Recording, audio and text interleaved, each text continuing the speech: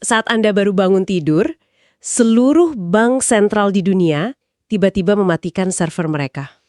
Wah, itu skenario yang cukup menyeramkan ya. Sangat menyeramkan. Tidak ada lagi bank fisik, tidak ada mesin ATM yang menyala, tidak ada kartu kredit yang bisa digesek sama sekali. Sama sekali lumpuh. Ya, terus bagaimana Anda akan membeli kopi pagi Anda? Bagaimana Anda menerima gaji bulan ini? Betul, itu pertanyaan mendasarnya. Nah, teks sumber kita hari ini secara blak-blakan mengklaim bahwa skenario pergeseran total tersebut bukanlah fiksi sains yang jauh di masa depan. Kutipan yang jadi fokus kita memprediksi bahwa pergeseran monumental ini akan terjadi dan yang lebih gilanya lagi, yang lebih gila lagi akan terjadi jauh lebih cepat dari masa transisi kita menuju era internet. sebuah klaim yang sangat berani. Menyukai tayangan ini? Tinggalkan komentar terbaiknya untuk Yasdar TV lebih berkembang dan berkualitas. Selalu mencari informasi dan berita lain sebagai referensi dan pembanding untuk menguji kebenaran informasi. Yang admin sajikan, Yasdar TV saluran P Network tetap bersama Anda, kami mengudara.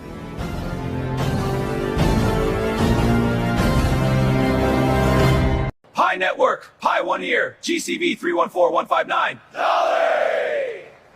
พวกเรารอ Pi Network Pioneer GCV 459 Jika Anda adalah tipe pendengar yang selalu ingin tahu, yang mencari pemahaman tentang kemana arah dunia ini bergerak, Tanpa ingin tenggelam dalam lautan jargon teknis yang membingungkan, ya.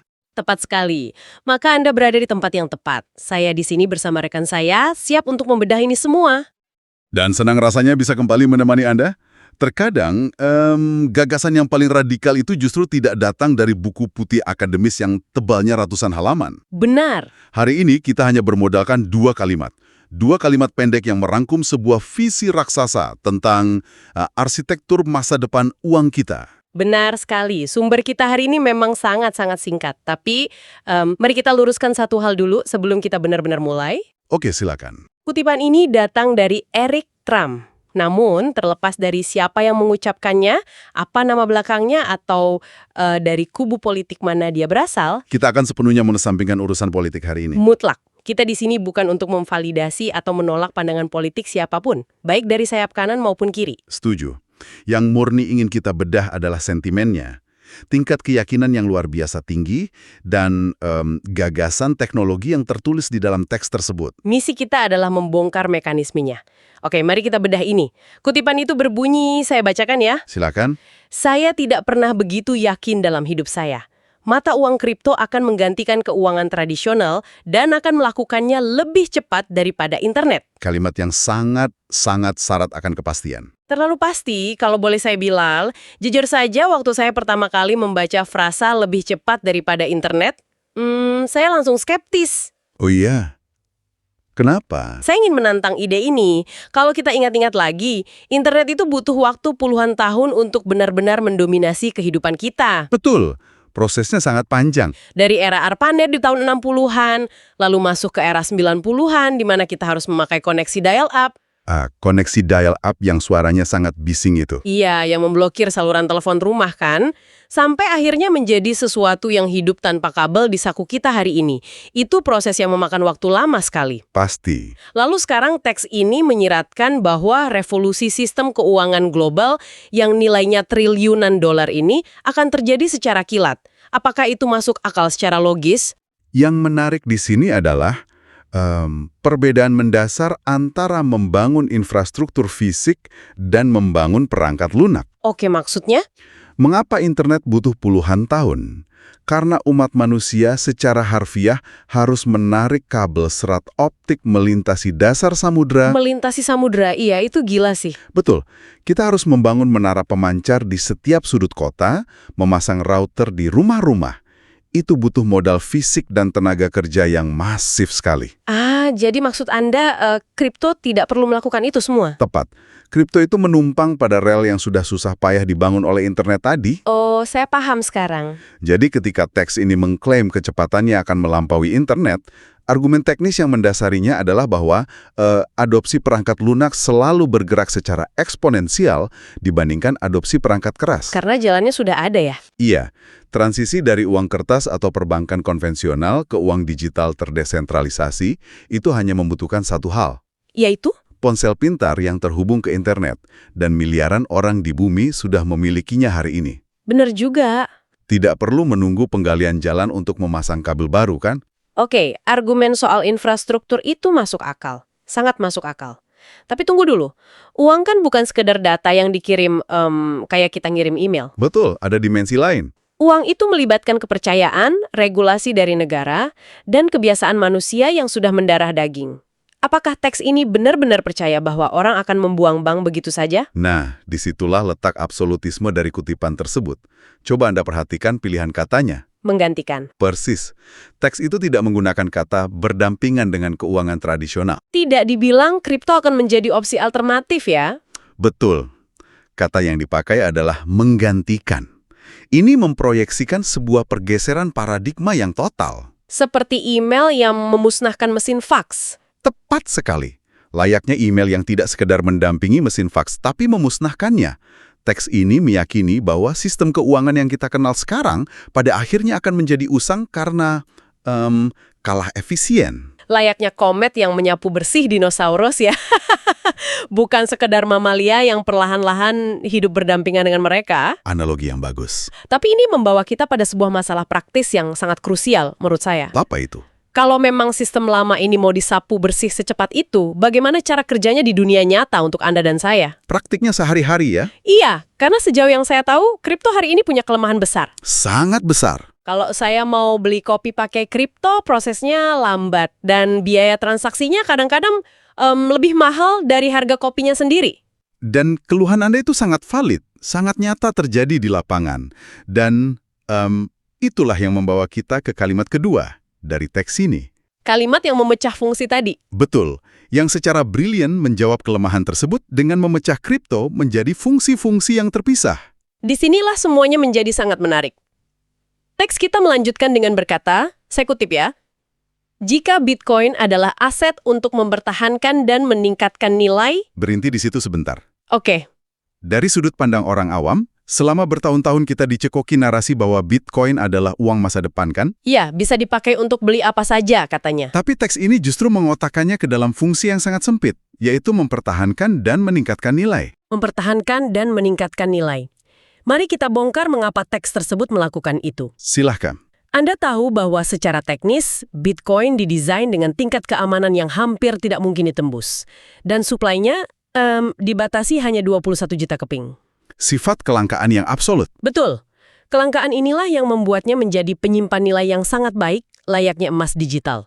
Ia tahan terhadap inflasi. Jadi ibaratnya Bitcoin ini seperti berangkas baja raksasa berlapis titanium. Berangkas baja raksasa di ruang bawah tanah rumah Anda, ya sangat aman.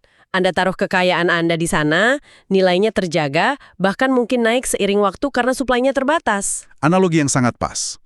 Tapi apa kelemahan utama dari berangkas titanium seberat 2 ton di ruang bawah tanah? Anda tidak bisa membawanya ke kasir minimarket untuk beli air mineral. Sangat tidak praktis. Persis, dalam dunia teknologi blockchain, ada sebuah konsep yang disebut trilema blockchain. Trilema, berarti ada 3 hal ya? Ya, konsep ini menyatakan bahwa Anda hanya bisa memilih 2 dari 3 hal ini, keamanan, desentralisasi, atau skalabilitas. Skalabilitas itu maksudnya kecepatan transaksi? Betul, seberapa cepat sistem bisa memproses banyak transaksi sekaligus.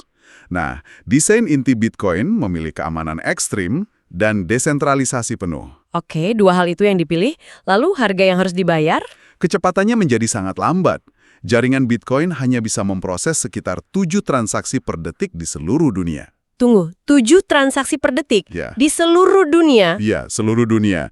Bandingkan dengan jaringan kartu kredit yang memproses puluhan ribu transaksi per detik. Wah, itu perbedaan yang sangat masif. Jadi ketika teks ini mendefinisikan Bitcoin murni sebagai aset untuk mempertahankan nilai, secara tidak langsung, teks ini sedang melakukan pengakuan dosa. Pengakuan dosa bagaimana maksudnya? Teks ini mengakui bahwa Bitcoin dengan segala kejayaannya gagal menjadi uang tunai harian kita. Berangkas baja itu terlalu lambat dan terlalu mahal untuk memutar roda ekonomi harian yang sibuk. Analisis yang tajam. Uang yang tidak bergerak lancar tidak akan bisa menggantikan bank konvensional. Iya, dan jika kita membiarkan kekosongan ini, klaim di awal bahwa kripto akan menggantikan keuangan tradisional itu akan runtuh dengan sendirinya. Betul sekali. Karena keuangan tradisional bukan cuma soal menyimpan uang di deposito jangka panjang kan? Tentu saja bukan. Keuangan tradisional adalah tentang perputaran triliunan transaksi kecil setiap jam. Membayar tagihan listrik, membeli tiket kereta, mengirim uang saku ke anak. Aktivitas harian yang super cepat.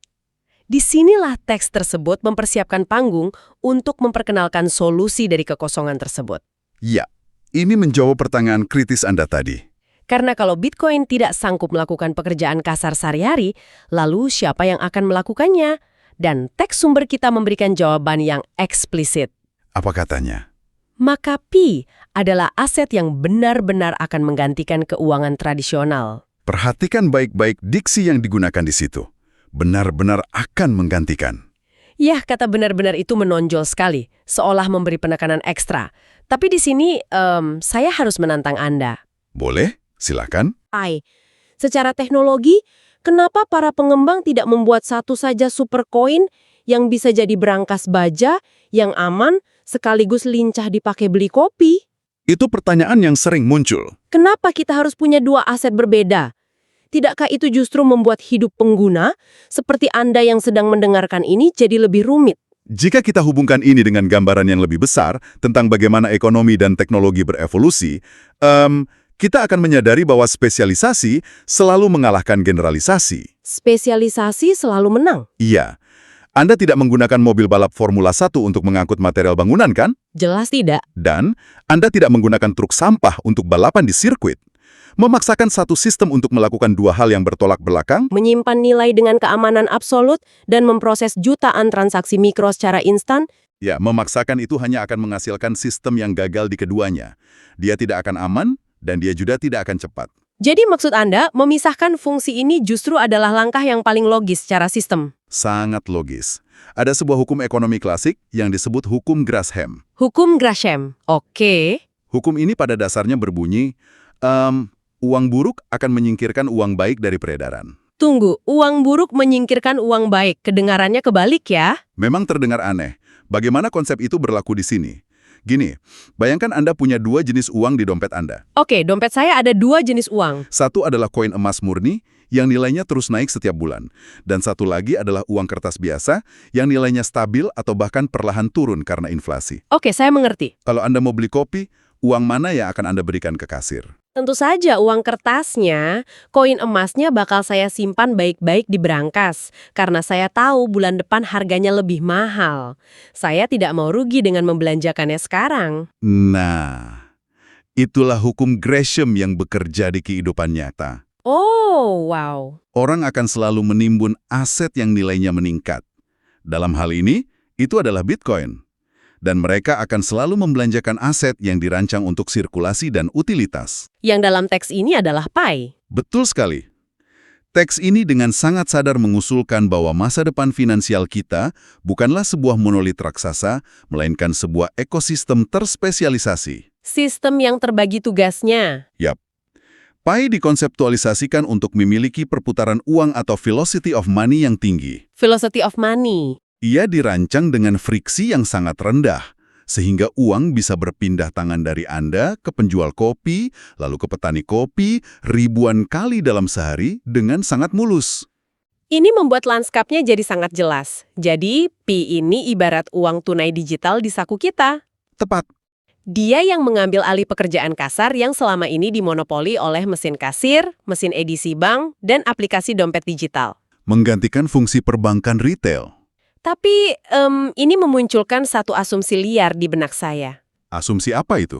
Kalau Pi yang benar-benar mengeksekusi pengambil alihan keuangan sehari-hari, mengambil alih semua transaksi kita, bukankah ini berarti Pi sedang membunuh Bitcoin secara perlahan? Membunuh bagaimana? Karena Pi mencuri panggung utamanya. Orang jadi lebih butuh Pi daripada Bitcoin untuk hidup sehari-hari. Itu reaksi yang sangat wajar dari siapapun yang baru membaca teks ini. Kita terbiasa berpikir dalam kerangka kompetisi yang saling memangsa, kan? Ya, selalu ada yang menang dan kalah. Tapi, teks kita memberikan sebuah konklusi yang justru bertolak belakang dengan asumsi tersebut. Ya, alih-alih melihat mereka sebagai musuh yang saling mengkanibal, kalimat terakhir dari sumber kita berbunyi, dan memungkinkan Bitcoin untuk berkembang lebih baik dalam jangka panjang. Ini adalah poin paling elegan dari seluruh kutipan tersebut. Sebuah simbiosis mutualisme di tingkat ekonomi makro. Jadi apa arti dari semua ini? Saya akan menggunakan analogi yang mudah dibayangkan oleh kita semua. Silahkan. Bayangkan sebuah tim sepak bola kelas dunia, Anda punya penjaga gawang yang posturnya besar, refleksnya luar biasa, tapi dia lambat kalau disuruh berlari jauh. Oke, sang kiper. Lalu Anda punya pemain tengah yang sangat lincah dan cepat. Anda tidak mungkin menyuruh penjaga gawang untuk berlari sendirian dari gawangnya, mendribel bola melewati 5 pemain lawan, mencetak gol, lalu berlari mundur lagi untuk menjaga gawang. Tentu saja tidak. Dalam satu kali putaran saja, dia sudah kehabisan napas dan gawang Anda pasti kebobolan. Analogi pembagian peran yang sangat visual ya. Dalam skenario finansial kita, Pai adalah para pemain tengah yang berlari tak kenal lelah di seluruh lapangan. Mengeksekusi manuver. Ya, mereka mengeksekusi setiap operan, setiap transaksi harian Anda. Dan karena Pai melakukan semua pekerjaan yang melelahkan itu, sang penjaga gawang, yaitu Bitcoin, Bisa tetap berada di posisinya. betul, dia bisa beristirahat, menghemat tenaganya, dan fokus 100% pada tugas utamanya. Menjaga gawang Anda agar kekayaan Anda tidak kebobolan oleh inflasi. Tepat sekali, ini bukan kompetisi, ini kerjasama tim yang brilian. Dan saya ingin mengajak Anda yang mendengarkan untuk merenungkan frasa memungkinkan Bitcoin berkembang lebih baik. Apa makna tersiratnya? Jika kita baca yang tersirat, teks ini sebenarnya sedang memberikan sebuah peringatan keras. Peringatan seperti apa? Teks itu menyatakan bahwa tanpa adanya jaringan seperti Pi yang bersedia menyerap beban dari jutaan transaksi harian, jaringan Bitcoin justru akan hancur oleh popularitasnya sendiri. Hancur karena kemacetan jaringan tadi ya, skalabilitas yang rendah. Benar. Bayangkan jika esok hari seluruh populasi Asia tiba-tiba memutuskan untuk membeli sarapan menggunakan Bitcoin pada jam yang sama. Wah, jaringannya pasti akan langsung macet total. Sistem perlindungan kriptografi yang lambat tadi akan kewalahan luar biasa. Biaya untuk memproses satu transaksi bisa meroket menjadi puluhan, bahkan ratusan dolar. Hanya untuk beli sarapan yang harganya $2. Persis. Yang pada akhirnya akan membuat orang muak dan kembali menggunakan bank tradisional. Jadi, kehadiran Pi di sini bukan sekadar pelengkap yang bagus untuk dimiliki. Lalu apa perannya? Pi hadir sebagai penyelamat kelangsungan hidup kripto itu sendiri. Wow, jadi dengan memikul beban sebagai alat tukar harian, Pi membebaskan Bitcoin dari tuntutan berat yang memang tidak sesuai dengan DNA-nya. Betul. Pi memberikan ruang bagi Bitcoin untuk kembali ke bentuk idealnya, untuk mencapai potensi maksimalnya sebagai penyimpan nilai yang abadi. Mereka saling membutuhkan agar bisa melenyapkan sistem keuangan tradisional secara permanen. Tepat. Ekosistem ganda ini menyempurnakan apa yang gagal dilakukan oleh sistem keuangan tradisional. Sistem lama selalu punya titik lemah, kan? Ya, mereka selalu terjebak antara mencetak uang terlalu banyak untuk menjaga likuiditas Yang berujung pada inflasi gila-gilaan. atau membatasi uang yang beredar. Yang berujung pada resesi ekonomi. Sistem baru ini menawarkan keseimbangan teknologis. Sangat revolusioner. Luar biasa. Siapa sangka dari 2 kalimat singkat, kita bisa membongkar cetak biru masa depan yang sebegitu kompleks. Mari kita ambil jeda sejenak untuk merangkum inti dari penelusuran kita hari ini untuk Anda. Silakan. Apa yang kita temukan adalah bahwa transisi finansial masa depan tidak akan berbentuk satu koin ajaib yang mendominasi segalanya. Sebaliknya, teks ini memproyeksikan sebuah sistem ganda yang sangat harmonis. Harmoni yang mutlak. Di satu sisi, Anda memiliki Bitcoin, sang berangkas baja yang tak tergoyahkan, kebal terhadap inflasi, bertugas murni untuk mengamankan nilai keringat dan kerja keras Anda dalam jangka panjang. Dan di sisi lainnya, Anda memiliki Pi, roda penggerak utilitas berkecepatan tinggi yang melesat melintasi masyarakat dengan gesekan nyaris nol untuk menangani perputaran hidup Anda sehari-hari. sinergi yang sempurna. Yah, dan melalui pembagian tugas yang efisien inilah, revolusi finansial diklaim akan menyapu bersih bank-bank tradisional dengan kecepatan eksponensial yang akan membuat revolusi internet terlihat sangat lamban. Ringkasan yang sangat komprehensif. Sebelum admin lanjutkan, bagi sahabat yang memerlukan baju kebesaran Pi Network, silakan untuk melakukan pemesanan dan sekaligus check out pada sejumlah link yang telah admin sematkan di kolom deskripsi.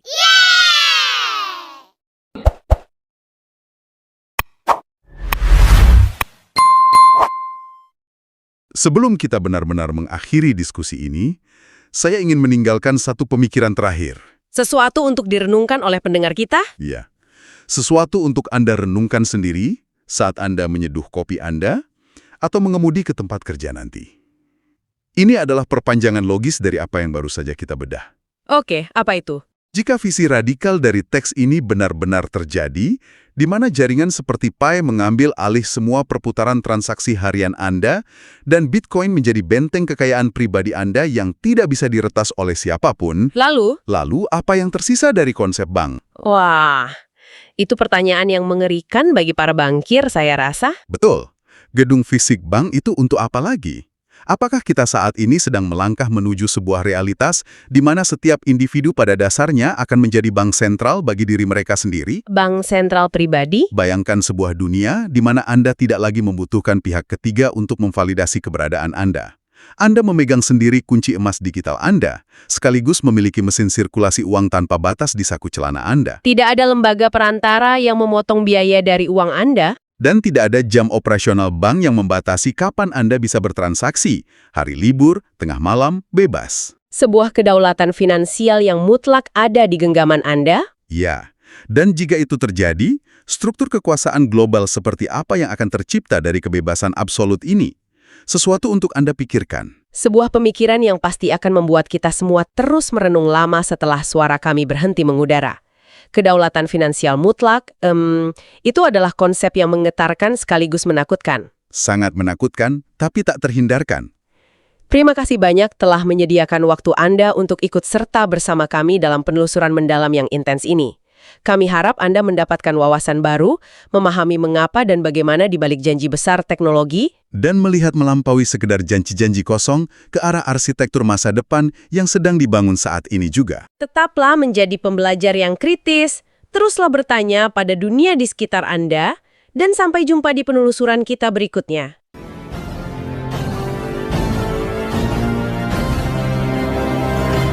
Pi Network, Pi 1 Year, GCV 314159. Dale! พวกเรารอ Pi Network Pioneer GCV $4.9 เย้